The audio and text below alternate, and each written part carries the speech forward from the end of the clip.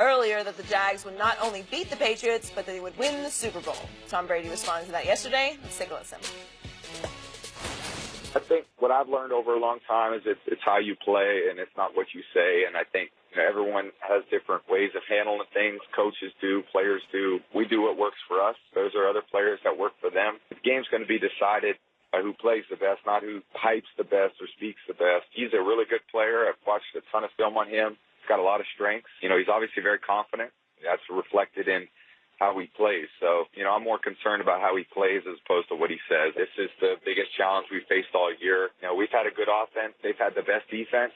And, that's always a challenge when you go up against those guys. And when you watch them play over the course of the whole season, you could see why. There's not a lot of time for the quarterback to throw. And I think the whole secondary knows it. Linebackers know it. And, they're aggressive. They take chances. There's a reason why they're in this game. I'd say it's certainly the best team we've faced all season. And if we don't play our best, then we're not going to advance. Shannon, are you buying Brady's praise for the Jags? I'm buying it, Joy, just not at Tom's price. We know, golly shucks, gee whiz, Tom, this is what he does. He could play the Cleveland Browns, and he would say, that's the best defense we played all year. And they say, well, Tom, they're like 1-31 over the last 2 years, but they're better than their record would indicate. That's what he does. That's how quarterbacks normally do it. That's how that's coach talk. But players, skilled players, we don't look at it like that. We're going to say what our true feelings are. They can be had. Now, I watched San Francisco hang 44 on them. So if Jimmy G, my backup, can get him, I already know I'm licking my chops. Jacksonville know what Tom Brady's doing. Oh, that's the best team. They're loaded from front to back. They got 2 really good corners. They can rush the quarterback. Their linebackers are really fast. He's selling them good. They ain't buying Tom. They already know. Skip Bayless, Skip Bayless be hyping stuff up. Yeah, get off of them old good old cold takes. There ain't no hot takes. Get them old good old cold takes. Tom Brady is the ultimate politically. He'd be the perfect CEO of any corporation. He's going to be Pollyanna. He ain't going to give you lily white. He'll be right down the... Right here, Joey. Speed limit says 55. He's doing 54. You know what I'm saying? He's going to 10-2 steering. He's going to make sure he's going to look both ways before he enters the street. That's how Tom, Joey. He ain't going to say nothing, but I know what he's thinking. Because Skip Bayless going to talk about against the Legion of Boom in the 4th quarter, he played the best football. I already know you. I know you. Write that down? Don't worry about it. I didn't write that down. You don't got to. So everything. So you only can speak about what you wrote down? I have no plan to talk about the Legion of Boom, but since you brought that up, 13 of 15? No.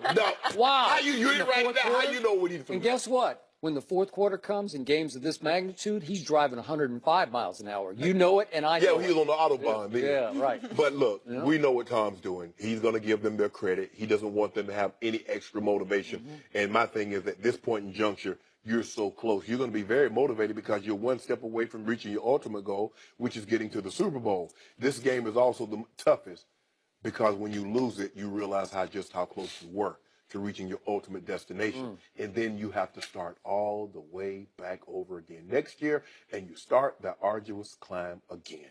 So I'm buying Tom Brady. I'm just not buying him at this price, Joy. If we can get a negotiated price, maybe I'll be in. But right now, I'm buying it, but we need to talk about the price that he's trying to set. So I'm buying this at whatever price he sets on the internet. I'll buy it. See, I'll order it. Because you got all the books and the pajamas and everything. I don't have any. Yeah, you do. I just got 1 pair. Yeah, whoa. Recovery. There's a recovery top. What you recovering from? After I beat you down like this every day? Under Armour. You probably got them on right now. You don't train the way I train, so I got to recover at night, see. So I need some help. And I'm not saying it works. I'm not saying it works. Excuse me, Joy. I'm sorry. Back to what Tom Brady we heard him say on his radio gig yesterday in Boston, WEEI. This was not to me, usually I'd agree with every word you just said, but this didn't come across to me as the usual, typical, predictable, aw shucks, gee whiz platitudes from what you know to be an assassin in sheep's clothing, because that's what he is, in sheep's clothing. This came across like he was in one of those honest, I'm just going to lay it on the table moods for Jalen Ramsey. And he's right out of the box, he said, I think what I have learned, and he's 40 years of age and he has 5 Super Bowl rings. He said, what I have learned for a long time It's how you play, not what you say. So in the end, no matter what we talk about, all the trash we talk and predict, was that too much? Is Jalen Ramsey over the top with his virtual guarantee to his fans back in Jacksonville Stadium?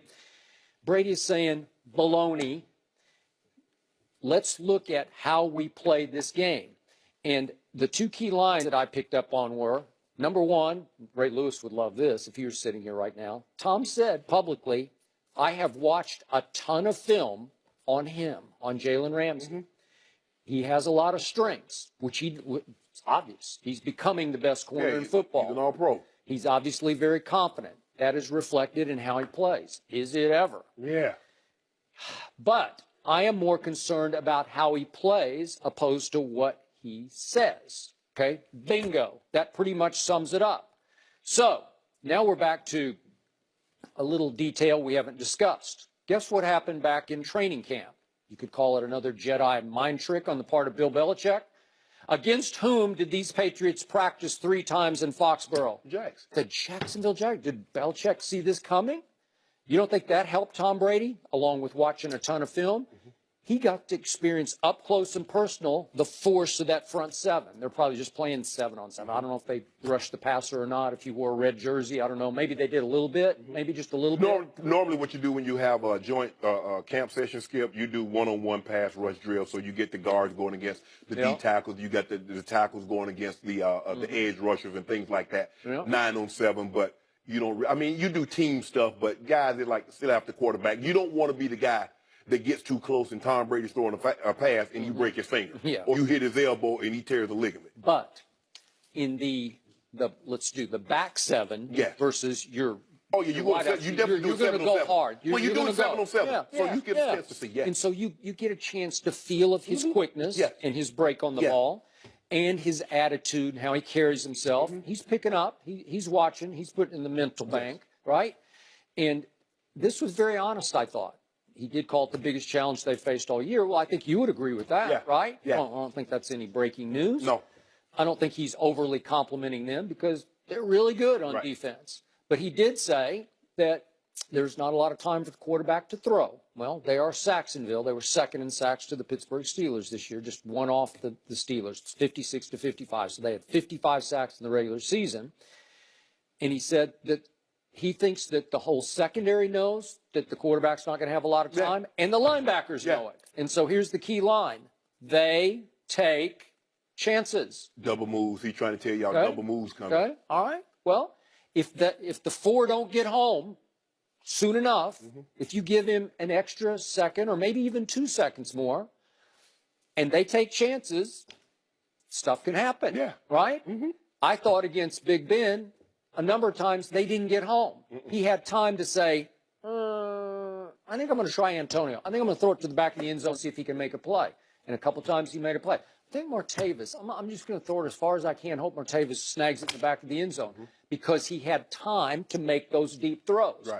More time than I thought he was going to have. So to Brady's point, in takeaways, Jacksonville was second to the Baltimore Ravens. So it was 34 for Baltimore and 33 for Jacksonville. So they will take it away. Yes. But they are taking chances. Oh, yeah, you got to. Right? If you take the ball away, you do take risk. And in a situation, we know the Patriots, they're very capable of running double moves, Skip. And the thing with Tom Brady is that when he struggles against #1 defenses, it's normally on the road. Having to go to Denver for 2 of those 3 last AFC Championship games, that posed a problem for him. Going against the Giants, he did get the Legion of Boom, but that was a neutral site setting. And so this is why they fight so hard to get home field, because if you're a good defense, they want to be able to hear all their calls. They want to hear the checks. They want the crowd in their favor, and they want you to suffer from having to deal with crowd noise. So that plays into their hands. But I'll give Tom this. We scrimmaged against the Carolina Panthers. In 1996, we played them in the preseason also. But the following year, we played them in the regular season, Skip. So I knew what they were capable of, and I saw, I'm like, okay, it's on the intricacies. Don't say nothing about hit them up for sale for 174. That's all I did to him. How do you remember the exact number? I knew it. I said, man, if I can get my hands on this team in a real game, it's going to be trouble. It's going to be smoke up in the city, Skip. And lo and behold, I saw him on the I said, oh my goodness. I had to do him dirty. I felt bad. Skip. No, I didn't. Man, nobody can live in the past like Shannon Sharp, right? No, I was just saying. Okay.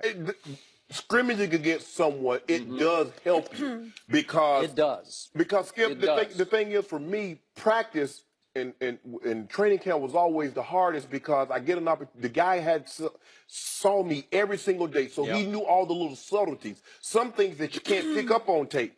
But when you're there and you see him and you're watching him at practice in and practice out, you pick up subtleties. And I'm sure Tom Brady, as being a student of the game as he is, he's picked up subtleties. You got it. And it's just a small, maybe a small snap here or there that, okay, the way this guy's positioned, the way Ramsey's playing, somebody's coming. Now, they're not a heavy blitz team because their front four is so good they can get home without sacrificing the back end.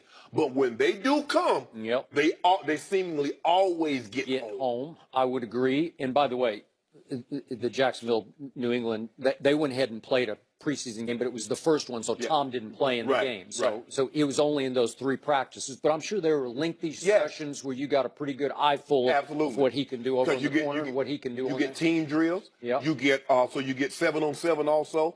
You get, and the linemen get an opportunity to see what they like to do in one-on-one pass rushing situations.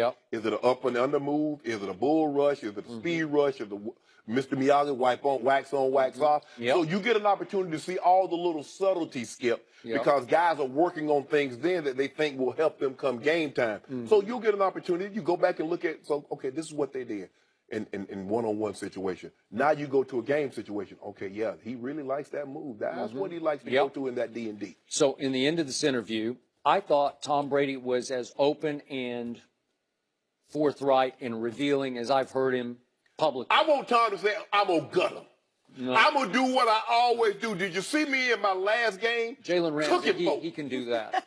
Tom will leave that to Jalen Ramsey. You said what I did to the Falcons when I was behind? You did that. Tom Brady does not do that. Do it, but Tom. He did impart some wisdom that I think even you could appreciate. What do you say? And if Jalen Ramsey would listen closely to this, or Miles Jack, or Leonard Fournette, any of the young players, I think they could learn a lot from what Tom Brady has learned the hard way, the painful way, in some of his playoff losses. And this was the last clip in this show. He said, you think about some of these real close games that we have been in, and they have been 1 or 2 play games. It's going to come down to 1 or 2. Like, when we come in on Monday morning, we're always talking about that play or maybe those couple of plays that turn the tide in the game. And he's saying, the reason you have to give maximum prep and then maximum focus and energy into every single play is because you don't want to walk away from an AFC championship game and say, to quote him, damn, it was just that one play. Maybe your mind wandered. Maybe you weren't locked in. Maybe you were thinking about what you're going to do after the game. I don't know. You know how it happens. It does. There are a lot of plays in the game. You're on offense, you're going to run, 75 plays? The average is about 65 plays a game. All right. So, if you have one little glitch, if you let your mind wander for one split second, this is it, man. You're going to have to live with it forever. Absolutely. And Tom has probably been there where he's walked away from maybe the first Super Bowl loss to Eli and thinks, God, that one, I missed Randy on the one play. What was I thinking? I wasn't laser focused, to use his term. And that's the thing, Skip, because when you get in playoff games, no play is unimportant because you never know if that play would have been the play that made the difference in the ball game. You look at right before the half, Neal in Atlanta and Philly. Neal's going to catch a ball that's going to hit him right in the chest. He jumps, the ball hits his knee, Torrey Smith catches it. They go kick a field goal. So now instead of Atlanta getting points, it's big. That could have possibly been a 7 or 10-point swing. So what was he thinking? I don't know. So you want to make sure you leave no stone unturned because Skip, you're right there. You know what's at the end of this game. Well, to quote Ray Lewis, the great Ray Lewis from last week on Undisputed, somewhere right now, Tom Brady's sitting there going, click, click, click, click, click, right? And Jalen Ramsey better be doing the same. And you know what I would do? I would go, okay, let me see. When we win this is what I'm going to say. That's what you you need who needs tickets? Don't. Because you got this. Y'all better freeze. Y'all better freeze. I actually would be more nervous if Brady came out and said that he was going to cook him. Oh, no, I wouldn't cook him. Then I would be worried. No, like, but Tom's hold falling on. apart. Didn't he say he's doing this Yeah, you'd be documentary? nervous for Tom, right? Is that Yeah, what you mean? yeah, I for would- Tom. Yes. It's so unlike him. Joy, but he said he's going to show us that he's going to open up his docuseries. You know, with him in the pajamas, he throwing leaves in the backyard, Joy. I mean, you know, he got a suit jacket on. I He have some of those pajamas. He dressed like me. Kids getting ready to go to bed. He dressed like me. Where you going? At 10 o'clock at night? Remember, a 40-year-old man is not going to engage in public trash talk with a 23-year-old. Why not? Well, he's just not. I would have. 40 years old versus 23. I'm about to be 50. Yeah. And I'm mad, Skip. I've hired me a new doctor. I'm getting President Trump's doctor. Are you really? Yeah, because I got lower blood pressure. My resting heart rate is 48 beats a I minute. thought you were like an orange. What is it? You're like an I orange? feel Yeah. under 9% body fat, Skip. And Harry Yields, they talking about he in excellent health. Now, you just said he's 1 pound away from being obese, but he's in excellent health. I need to get me a new I don't doctor. know. I Get don't my know. pen, I don't Skip, know baby. what's happening. Next up, the Pelicans snapped the Celtics' 7-game win streak last night with an overtime win in Boston. Anthony Davis was absolutely dominant with 45 points and 16 rebounds. It was his second straight game with at least 45. The Celtics had a chance to tie at the end of overtime, but Kyrie Irving missed the three-point attempts. Shannon, what did you learn last night? Hold up. Joey, I know the #1 defensive team in basketball ain't give up 116 no points to the Pelicans.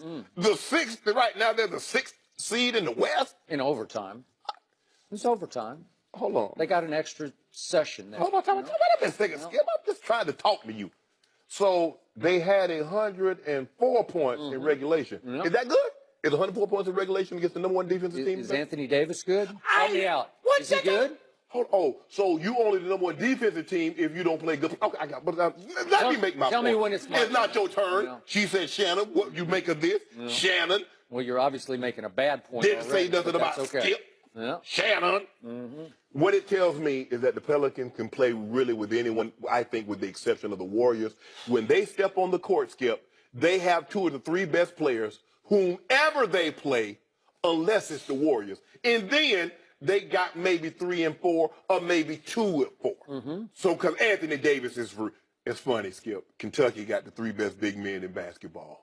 Boogie Cousins, Anthony Davis, and Karl Anthony Towns. I don't think there's any question about that. Those 3, I mean, That'll win you some games at Kentucky. and how he only has 1 national championship with all those #1. No, that's neither here nor there, Skip. Skip, and here's the thing. We know what Boogie and Anthony Davis represent. So pencil them in every single night for 50 points, 25 rebounds. Now, if you tick them off and they get going, pencil them in for 60 and 30. The question is, where are they going to consistently get that third scoring option from? Now, Holiday came to play last night. Did he? In the fourth quarter in overtime, he got it going. Because these 2 big guys, they're unstoppable. They play conventional. Everybody else is going away from the conventional 2 bigs. A true 5, but neither one of these guys are true 5. They're all like stretch forward. But Anthony Davis, once he got that 3-point range to his game, if he's always was good around the basket. He got the mid-range game. Now he stepped it out to the 3-point line. He's a good free throw shooter. And you know he can protect the rim. He can block shot. He can defend. Boogie Cousins, fundamentally sound, got great footwork. He stepped out to the 3-point range, mid-range game. Now, he's not the defender per se. He does average about 1.5 blocks a game. But the third option, and because when you're dealing with the Warriors, you know Steph, you got to match KD and Steph. Okay, but then they still got that silent guy over there that doesn't get a whole lot of attention, but he can shoot the basketball. That's Klay Thompson. So who are you going to be? Who's going to be your third option? They got that last night, Skip. Skip, man. You look at Anthony Davis over his last 3 games, 43 and 14. Take it back another game, he's 39 and 13. So he's good. We've seen Boogie go for 40 and 20. So the 2 bigs are special, 50-25 on a nightly basis. But the third option, now they got, last night they got Holiday, and Clark gave him some quality minutes. Sometimes Eton Moore shows up. But Skip, they can scare a lot of people. Now, I don't know if they can beat the Warriors in 7, but they're going to scare the hell out of everybody else will have a dogfight dealing with this team because of these 2 bigs. So, Mr. Basketball Genius, answer me this question. I answer you all the questions. why, after the Pelicans have now won 4 of their last 5, Yeah. including that impressive win in overtime last night against a team that Oh, came they in were too- 34-10. I didn't read too much into it. Why, after these Pelicans have won 4 out of 5, are they merely 3 games over 500? Because Anthony Davis, because Skip, he gets some of the injuries. Like I said, he might need to go see a different trainer to see why He's missed 6 games. Yeah. That's not enough to be only 23-20. But here's the thing: a lot of times, Skip, when you look at it, you say, "Okay, well, why is this?" They don't. You look at them sometimes like, "Why are you trying to play like Golden State? You got 2 bigs. Let them do what they do." There were some times last night, Skip, late in the shot clock, Anthony Davis and Boogie Cousins standing at the 3-point line. No, both of y'all can't be there. One of y'all need to be down to the box so I can dump it down there. And you still got Rajon Rondo, Skip. Now, he might not be the same Rajon before. He averages 8 assists, and that's pretty good. But you catch him on a good night, he'll go get 20. Because remember, a month ago, he got 25 assists in under 30 minutes. Now, I would have stayed in it because I'm going to break Scott Skiles' record. Yeah. Oh, y'all getting that record, Skip? Because I don't know if I'll ever be in this situation again. 25 assists, and I only pay like 25. Oh, I'm getting that record. I'm going to try to get me 40. I'm going to put it way out there.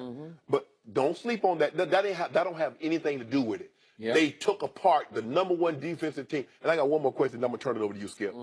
You told me Kyrie Irving yesterday is the number 10 defensive rated player in the NBA. Can you help me out? Why did they take him out with 2 seconds on the clock and the Pelicans had the basketball? If he's such a good defender. Now, I would have been highly upset at Mike Shanahan if I'm the best tight end in football and on 4th down and we're going to throw the ball, he takes Shannon Sharp out of the game. Joe, I'm going to be upset. Now, I don't know how you would feel about that, but I'm going to feel some kind of way. Why is Kyrie Irving out of the game as the number 10 defensive rated player? Are you talking about regulation or overtime? I'm talking about regulation. Regulation. You know what I'm talking about, Skip. By the way, who hit that shot late in regulation to tie it? Whoa, Skip. Oh, Kyrie did. Oh, and guess what he did? He took the ball to the basket the way the big guy in Cleveland should and does. Why would you do this, Skip? I'm just Why asking. you walk in this door? I had the door say, do not enter. But you wanted to, you know what? You see the movie Joy? You say, do not enter, and Skip, he got to go. And I see Joy, I had a sign that say, do not enter. And Skip opened this door. Well, tell me why Kyrie was 8 of 24. He had 3 points in the 4th quarter, 2 turnovers, missed 2 threes, and missed the layup, and missed the free throw. He needed to rest. Don't do me like this, Skip. Yeah. So Kyrie Irving, by the way, scored 24 points in the 4th quarter in overtime. Is that good? It took him 24 shots. 24? No, it didn't take 24 shots. Skip, he was 8 of 24. Okay, but he scored. I'm talking about in just the 4th quarter, the second half in overtime. Yeah. Second half in overtime, 24 points. Wow, that's pretty good. Is 8 of 24 pretty good shooting percentage? 33%, No, Joy? he didn't have a great night, but he hit the clutch bucket to tie the game at the end of regulation. And then he got forced into taking a 3 that was highly contested by Drew Holiday, who was big time in this game. Was it more contested than the one he hit in Game 7? I don't know. I don't think, no, it wasn't. The step back. You remember the step back? Yeah. No, this was all over him because what was the circumstance? Kyrie knew because Drew Holiday knew because everybody knew they're down 3. And the clock is ticking 5, 4, 3, 2, and you got to shoot it. But you that guy. So he tried to create a little space, and Drew Holiday, to his credit, just said, nope, I'm going nowhere. I'm in your face. Yeah. And he was all over the basketball, and Kyrie had to, at the top of his shot, rearrange just a little bit, reroute just a little bit, and it didn't fall. He clutched Made a bunch of them. Guess what? Kyrie Irving, here's a little stat for you. Just in overtime in his career, Kyrie Irving from the free throw line is 50 of 53. That's insanely good. Sort of like LeBron from the no, it's not like LeBron. No. Why is he not 50? So you mean to tell me so one of the misses came last night, huh? Yeah. What about 50 of 53? What about that missed layup? Yeah. So what did they do with layups? Layups. He got fouled. He got knocked on his. Did they call it? Did they call it? Okay, they didn't get fouled. They weren't calling anything. Exactly. He got no calls. Okay, good. Night. That's what it should So have. now back to the Boston Celtics. They're not the biggest team in basketball. They have a hard time with these 2 guys because everybody's going to have a hard time with these 2 guys. Because you do have Aaron Baines, and you put him on DeMarcus, and they bang bodies all game. And he did an okay job because DeMarcus didn't go off last night. He did shoot well. 19 and 15. Not bad, but not great. But he get his 15 boards. Yeah. So now you're stuck with Al Horford guarding that other guy. And he is unguardable. No. Yes. Al Horford is a top 10 defensive guy. He is. He is against everybody else. but this guy just might be the most unguardable player in basketball. When he's got it going. And he doesn't always have it going, but he had 45 and 16 last night. And I just kept sitting back saying, that's just too good. That's unstoppable. When he's making he didn't make a bunch of threes last night, but when he's making 2-point jump shots. He's making the step when he pulls up, stepping back and pulling up in your face. Come on. I mean, that's just so outrageously good. And still, it took them overtime, and they were hitting on every cylinder last night. Oh, what about the Celtics, George? They put up 53s. They made 18 of them. Huh?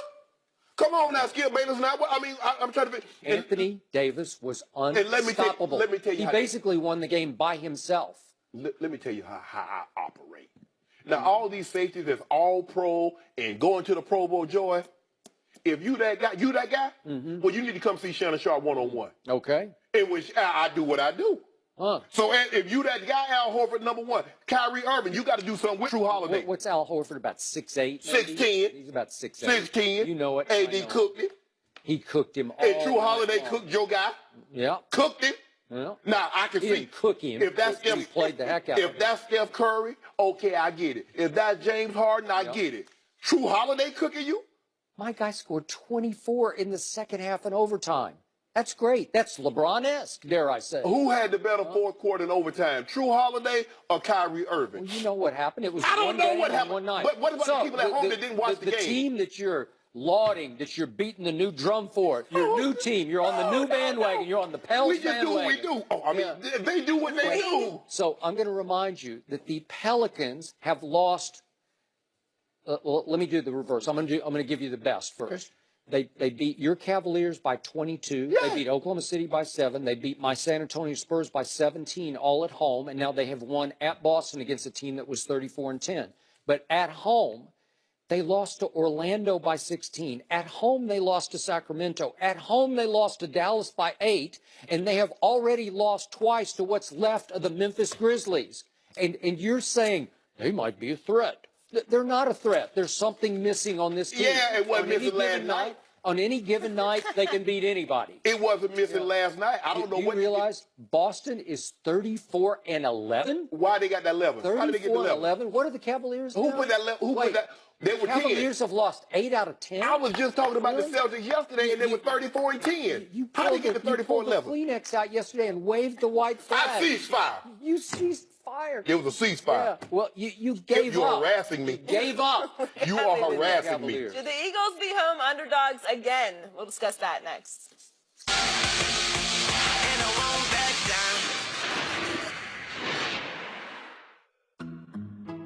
down. This is food made to sit down for.